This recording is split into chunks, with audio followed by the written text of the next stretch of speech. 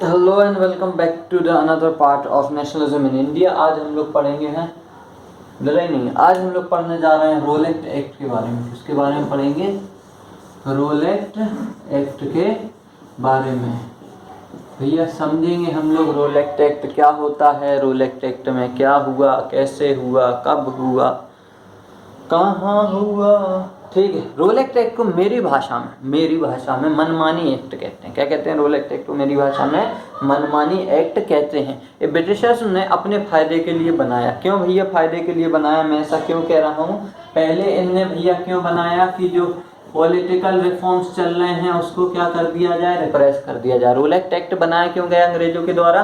पहली चीज कि उन्होंने कहा कि हम जो पॉलिटिकल रिफॉर्म्स चल रहे हैं, पॉलिटिकल एक्टिविटीज हो रही हैं, उन सबको क्या कर देंगे, दबा देंगे। उन सबको क्या कर देंगे, दबा देंगे। इसके बाद किसी भी पॉलिटिकल लीडर को क्या कर दिया जाएगा, 2 साल के लिए बिना किसी ट्रायल के डिटेंशन पे रख लिया जाएगा। किसी भी पॉलिटिकल लीडर को 2 साल के लिए बिना किसी ट्रायल के डिटेंशन पे रख लिया जाएगा। ये तो बड़ी समस्या आती थी। आप कुछ करो नहीं करो, आप पे शक है, आपको उठा लिया। इवन शक भी नहीं है, उनका मन हो रहा है। मान के चलो लॉर्ड इरविन आए, इरविन ने क्या करा, मन नहीं हो रहा है आज किसी को उठा के मार के फेर देते हैं, तो हाल के हाल वो किसी को भी उठा के ला सकते थे। इस लॉ से इनको, इस एक्ट से इनको क्या मिल गया था, ये सारे हक मिल गए थे। तो क्या आया, तो भैया अब जब ये लोग रोलेक्ट एक्ट चलाएंगे तो क्या आ जाएगा भैया, गांधी जी क्या चलाएंगे, रोलेक्ट सत्याग्रह। वाह गांधी जी, वाह गांधी जी, मान गए। ये लोग क्या चलाएंगे भैया, रोलेक्ट सत्याग्रह चलाएंगे। क्या करेंगे, रोलेक्ट सत्याग्रह। अब भैया खुद सोचो, जब गांधी जी लाइन में आ गए तो गांधी जी टुकर आए, तो ब्रिटिशर्स को लगा डर, ब्रिटिशर्स की फटने लगी। ब्रिटिशर्स ने कहा अब गांधी जी आ गए हैं, वैसे ही बूढ़े हो चुके हैं, धीमे चलते हैं। ठीक है, खरीदने भी नहीं हुए थे, लेकिन वैसे भी क्या बूढ़े हो चुके हैं, लाठी लेकर चलते हैं टुकर। और जहाँ भी चलते हैं इनके पीछे 2000 लोग पहले से लग जाता है।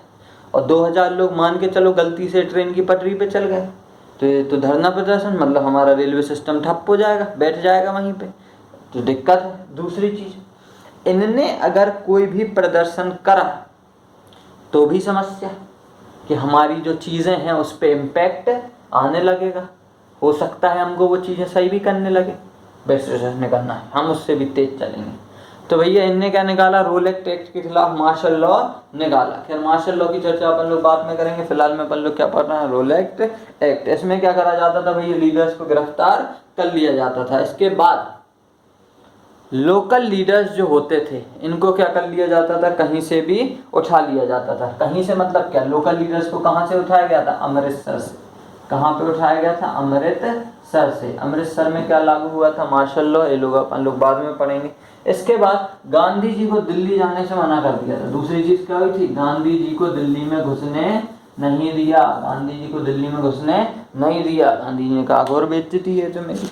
गांधी जी क्या कहने लगे, बहुत बड़ी बेइज्जती आज हुई है मेरी, बदला हम इसका लेंगे। तो क्या हुआ भैया, ब्रिटिशर्स जो थे इनने 10 अप्रैल को, कब करा भैया, 10 अप्रैल को इनने क्या मना दिया भैया, अमृतसर में खुले आम लोगों पे फायर कर दी। क्या कर दिया भैया, ब्रिटिशर्स ने बंदूक चला दी। लिखने AK-47, समझ जाओगे।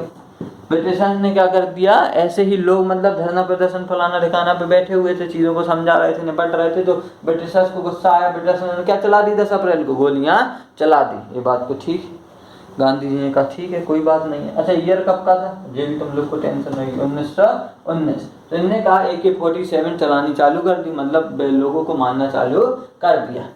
गांधी जी ने ठीक रहे, लेकिन जो लोग थे वो यहाँ पे भड़क गए। लोग क्या हुए, भड़क गए। तो भड़कने से दिक्कत क्या हुई, पोस्ट ऑफिस, बैंक और रेलवे, इन पे क्या कर दिया, इन लोगों ने लाठी बरसाना तो नहीं कह सकते, इन पे इनने अटैक करना चालू कर दिया।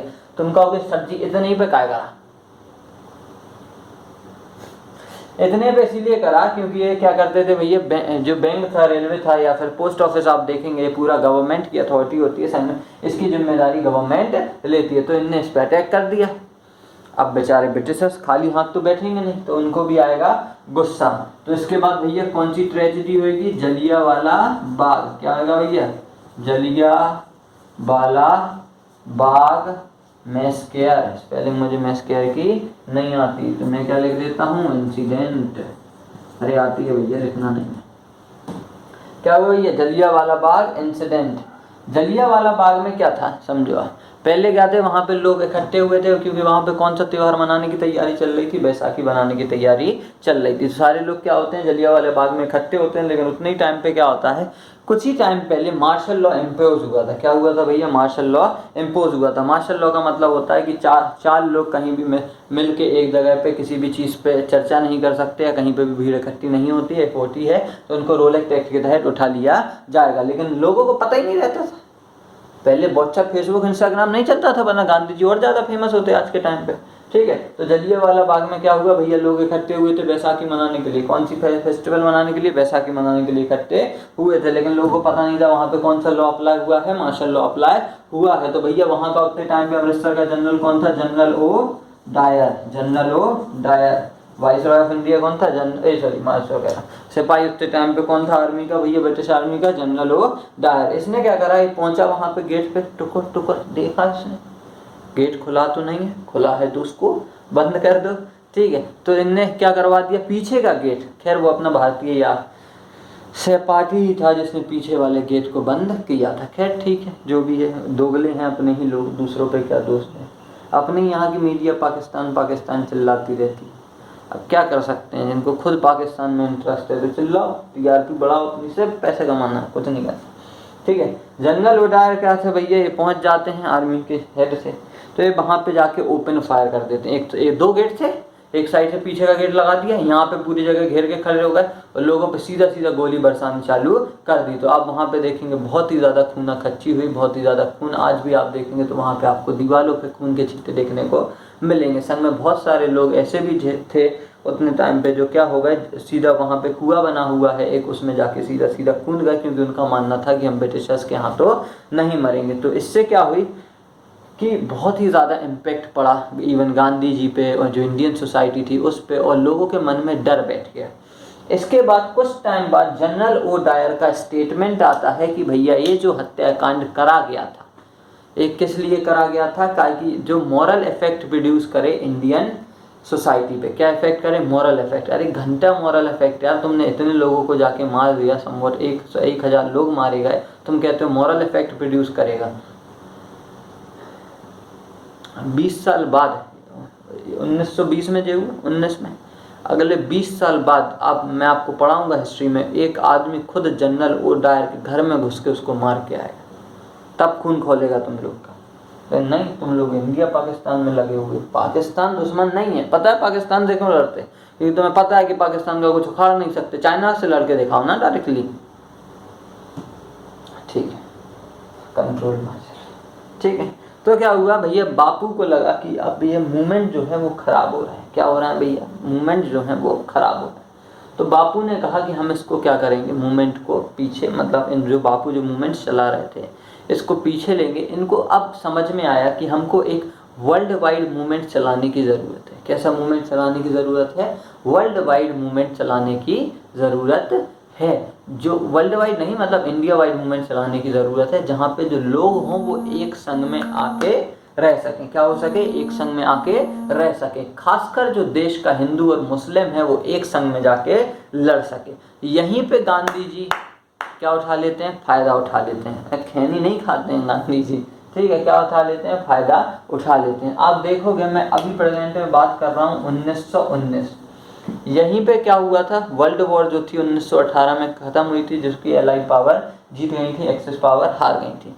तो 1919 में तो जो एलाइड पावर जीती थी इसमें ब्रिटेन भी आता था, और जो एक्सेस पावर हारी थी उसमें एक आता था टर्की। तो टर्की के जो राजा होते हैं, उन भैया राजा कह लो या वो मुसलमानों के हेड कह लो, रिलीजियस हेड जो होते हैं, उनको क्या कहा जाता है भैया? अपना खलीफा, कैलिफ। क्या कहा जाता है? कैलिफ। भैया मुसलमानों के रिलीजियस हेड कौन होते हैं? कैलिफ, खलीफा। कौन होते हैं? खलीफा। इनको क्या कहा जाता है, मुसलमानों का रिलीजियस हेड। ये क्या होते हैं भैया, खलीफा। तो गांधी जी ने देखा कि ये मूवमेंट, क्योंकि इनको क्या था मुसलमानों को कि अगर ब्रिटेन जो है वो हमारी टेरिटरी जीत गया है टर्की, तो इस पे कब्जा कर लेगा और वो जो वहाँ के राजा हैं, मतलब हमारे मोहम्मद साहब हैं, खलीफा जो हैं, इनको वहाँ से निकाल दिया जाएगा या फिर लाठी इन पे बरसा दी जाएगी, जिसके कारण समस्याएं आ सकती हैं। ठीक है, तो जिसके कारण समस्याएं आ सकती हैं। तो गांधी जी ने इस चीज़ का फायदा उठाया। क्या उठाया, गांधी जी ने इस चीज़ का फायदा उठाया। इसके बाद क्या होता है, जो खिलाफत मूवमेंट में कौन था भैया, ओटोमन टर्की, वहीं का भैया कौन थे, खलीफा आपके थे।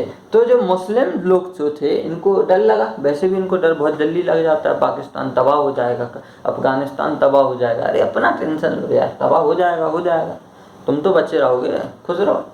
तो खलीफा में क्या हुआ भैया, अब गांधी जी को लगा कि कहीं ना कहीं ये हिंदू मुस्लिम को एक साथ में लाने की हो सकता है, हम लोग हिंदू मुस्लिम को क्या कर सकते हैं, एक संग में ला सकते हैं। तो इसने भैया गांधी जी कौन सा मूवमेंट चलाएंगे, खिलाफत मूवमेंट चलाएंगे। किसके खिलाफ, ब्रिटिशर्स के खिलाफ, जो कि कहाँ पे थे, खलीफा में, या फिर जो कैलिफ में जाके कब्जा करने, मतलब टर्की में जाके जो कब्जा करने वाले थे। ठीक है भैया, एक खलीफा कौन होते हैं, स्पिरिचुअल हेड होते हैं मुसलमानों के, जिनको आप पैगंबर भी कह सकते हैं। ठीक है, तो गांधी जी को क्या लगा, गांधी जी ने भैया इस मूवमेंट में किसको संग में लिया। अब गांधी जी अकेले तो मुसलमान थे नहीं, ठीक है, गांधी राजीव गांधी इंदिरा गांधी वाली कहानी तो है नहीं। तो ये भैया क्या थे, गांधी जी ने किसको संग में लिया, अली ब्रदर्स को।